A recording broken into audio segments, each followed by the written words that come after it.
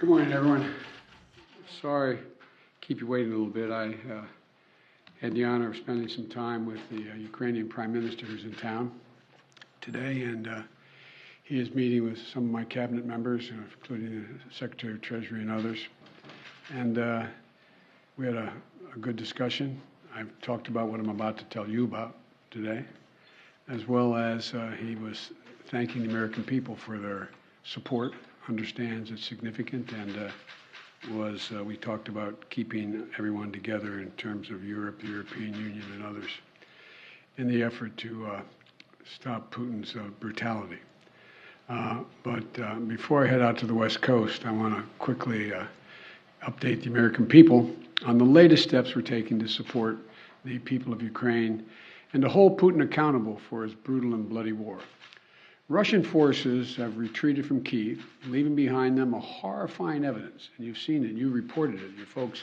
And by the way, I don't say this often, but I think we should give enormous credit to the folks with your agencies that are on the ground in Ukraine, in these spots, and they're really, I've spoken to several of them, we owe them.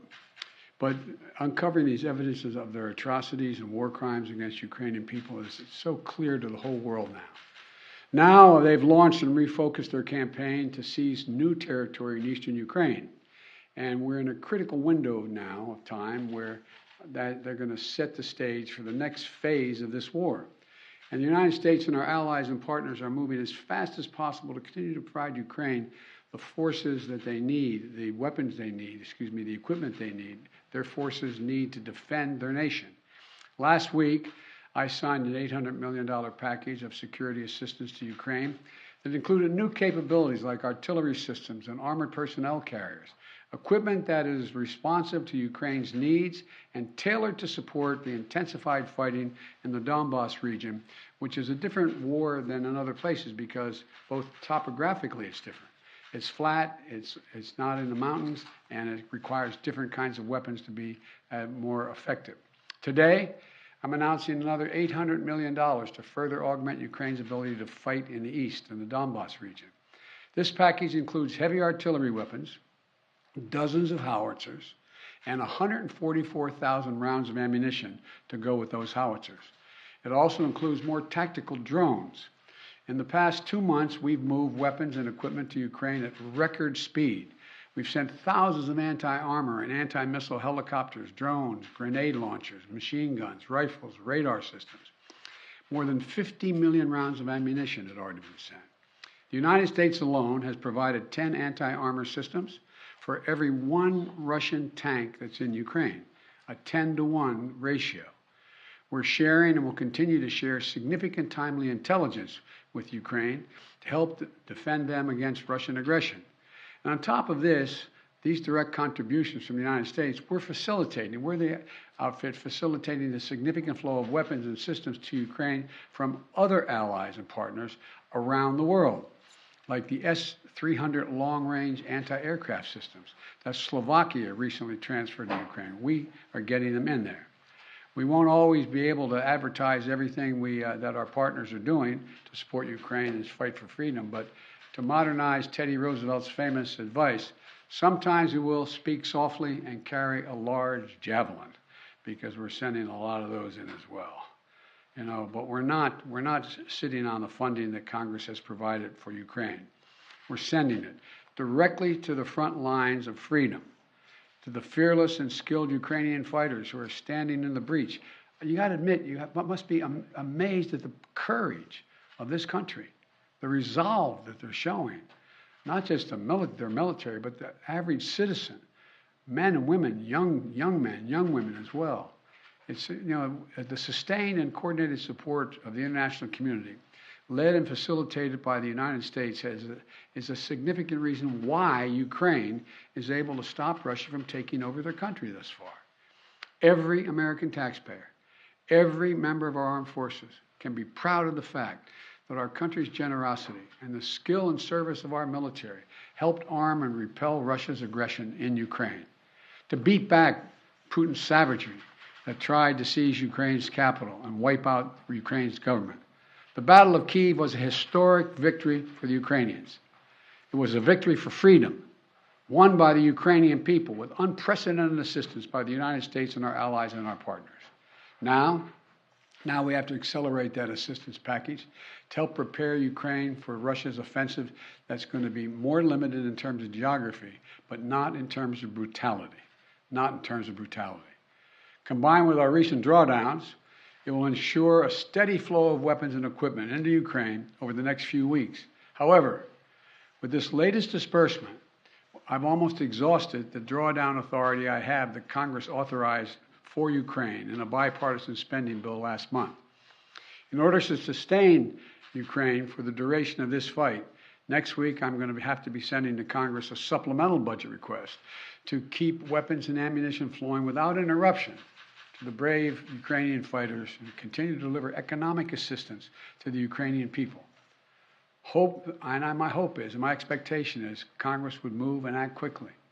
And I want to thank the Congress, Democrats and Republicans, for their support for the people of Ukraine. Our unity at home, our unity with our allies and partners, and our unity with the Ukrainian people is sending an unmistakable message to Putin. He will never succeed in dominating and occupying all of Ukraine. That will not happen. In addition to bolstering Ukraine's resistance on the battlefield, we're also demonstrating our support for the people of Ukraine.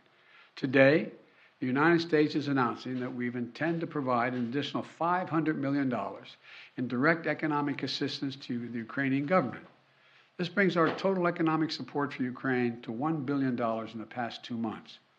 This is money the government can help use to stabilize their economy, to support communities that have been devastated by the Russian onslaught, and pay the brave workers that continue to provide essential services to the people of Ukraine.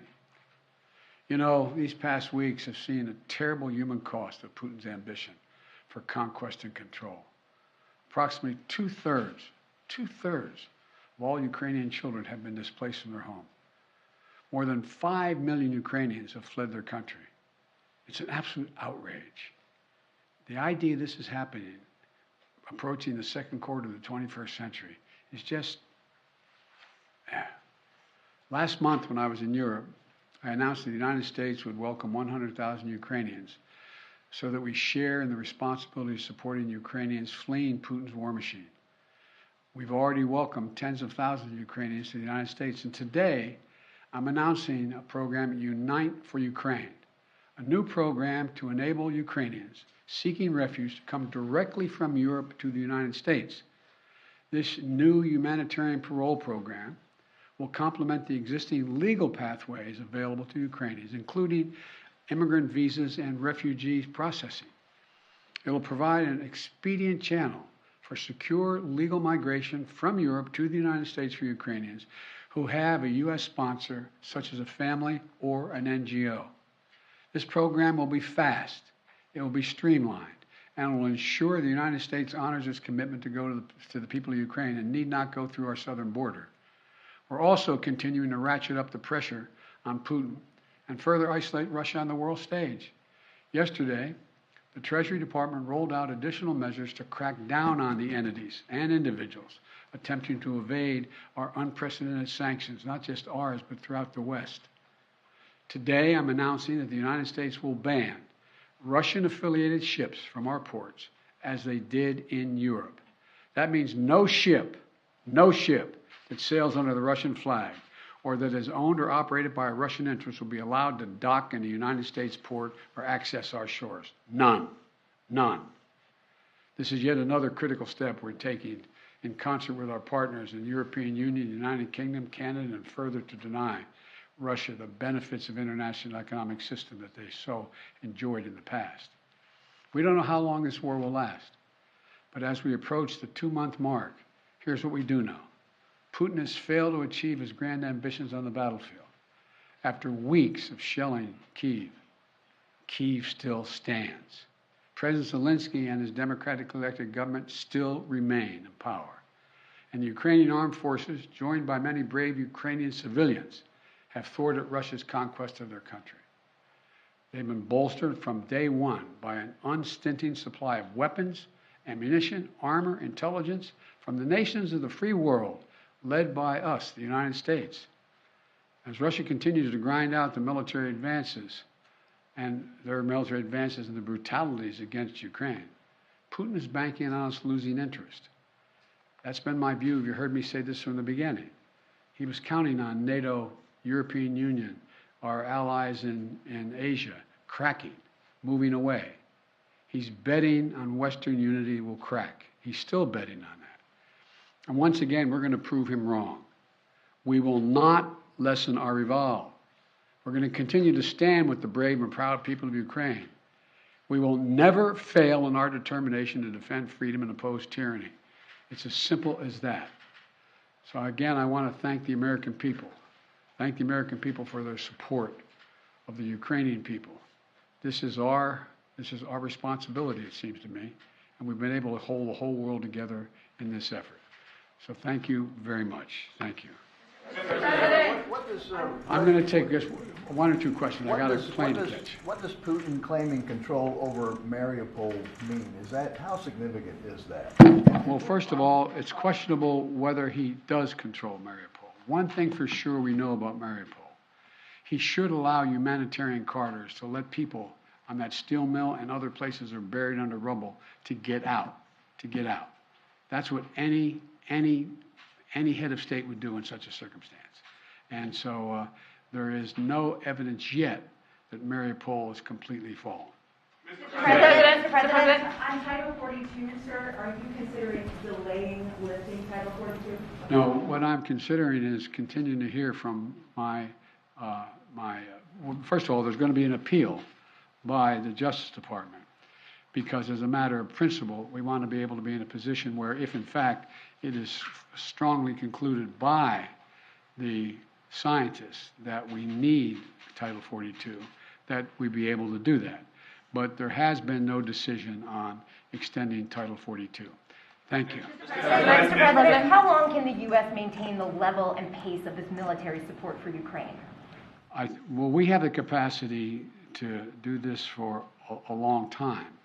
The question is, are we going to continue to maintain the support of the international community and keep the pressure on Putin to prevent him from overrunning the country, number one, and number two, make sure we continue to maintain the economic sanctions, which over time, and we're beginning to see it, are devastating their economy and their ability to move forward. So the most important thing right now is maintain the unity. So far, so good. Thank you very much. How much money are you going to ask for in the supplemental? How much money in the supplemental, sir?